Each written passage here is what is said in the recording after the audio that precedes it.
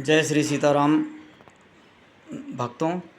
आज मेरी मुलाकात यात्रा के दौरान ऐसे महानुभाव से हुई है जिनका जीवन स्वयं एक आदर्श के स्वरूप है और मैं उनको अपने तहे दिल से मानता हूँ। उन्होंने अपने पूरे जीवन में एक मिनट स्वयं ना तो व्यर्थ किया है, ना तो किसी के समय को उन्होंने नष्ट किया है। वो बचपन से पढ़ने में बहुत ही मेधावी रहे हैं और अपने बचपन के समय से ही इंटर के बाद उन्हें नौकरी मिल गई। वो उत्तर प्रदेश डाक विभाग में लेखाधिकारी पद पे रहे और इतने बड़े पद पे होने के बावजूद उनका जीवन इतना संयमित रहा कि वो साइकिल से ही अपने ऑफिस तक जाते थे और पूरे जीवन में उन्होंने 2 वस्त्र के अलावा कभी तीसरे वस्त्र को रखा नहीं। उनका कहना था कि आवश्यकता से अधिक किसी चीज़ की संग्रह करने से हमें हमारे समय की ही बर्बादी जाती है, धन की भी बर्बादी जाती है।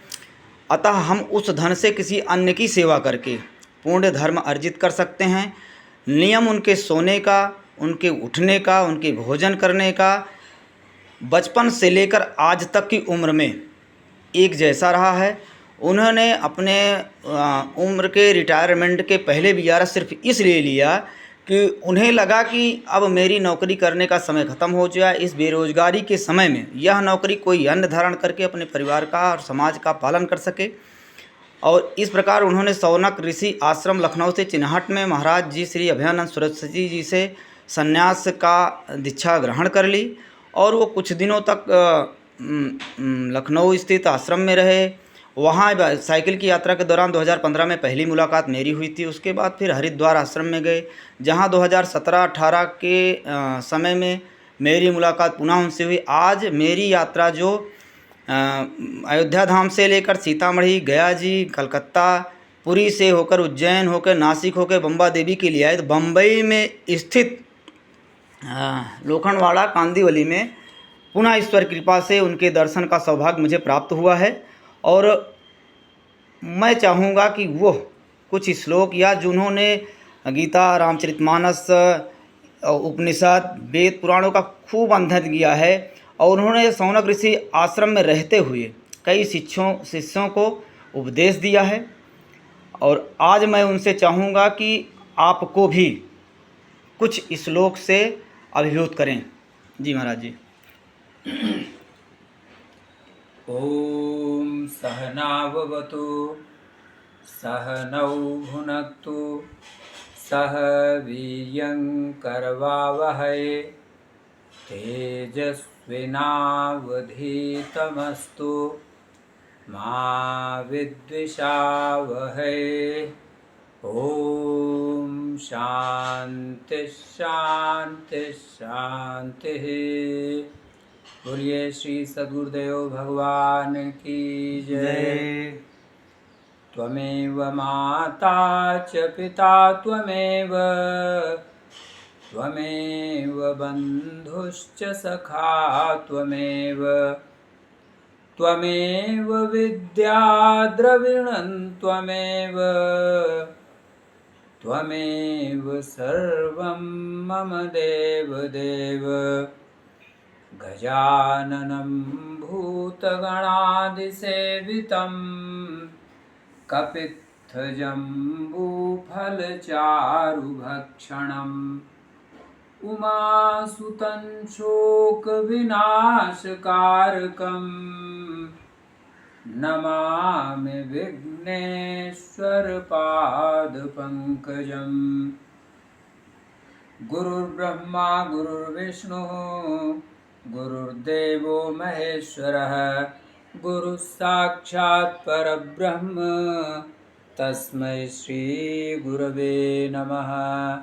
बोलिए श्री सद्गुरुदेव भगवान की जय, सच्चिदानंद भगवान की जय। आप सभी लोगों का मेरा सादर हार्दिक अभिनंदन वंदन। श्रेष्ठ कार्य से जुड़े हुए सभी लोगों को हमारे हृदय से हार्दिक शुभकामनाएं। सभी लोग श्रेष्ठ पथ पर चलें, ऐसा हमारे शास्त्रों में खूब लिखा हुआ है।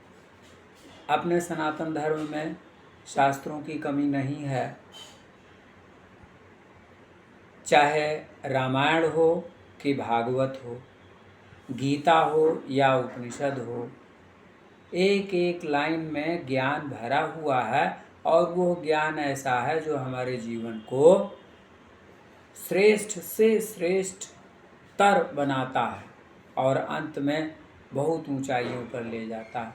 अब वो बात दूसरी है कि कौन उसको कितना ग्रहण कर पाता है।